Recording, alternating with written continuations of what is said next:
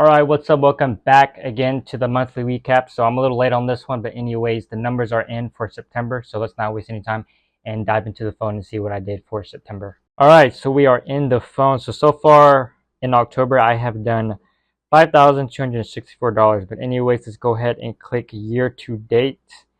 So year to date so far, if you're counting what I did in October, I have done $91,170. But if you click a rolling 12-month period, I have done $103,000. So I've broken 100K rolling 12-month period. But anyways, let's go ahead and click year to date. Go back to September.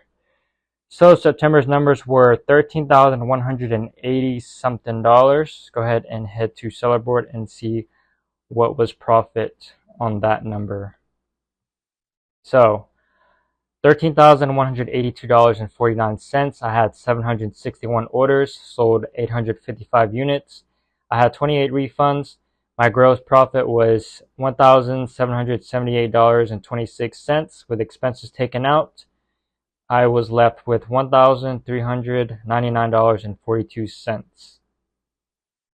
Going deeper into the numbers, let's see. That is a 10.62% profit margin and an ROI of 27%. So I did pretty good in September.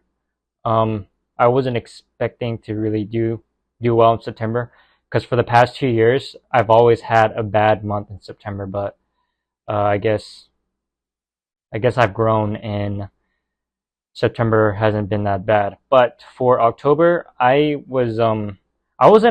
wasn't planning on doing pretty like a big month in October, but so far in October I've done pretty good. So well, I'm already at 5,000. I'm like speed running to 10K, and my net profit so far is 680.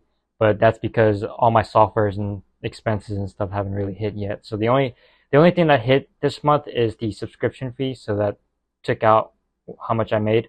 But yeah, I don't plan on doing a big October because I'm going to try to push as much inventory as I can into the warehouses because I want to be in stock for Black Friday.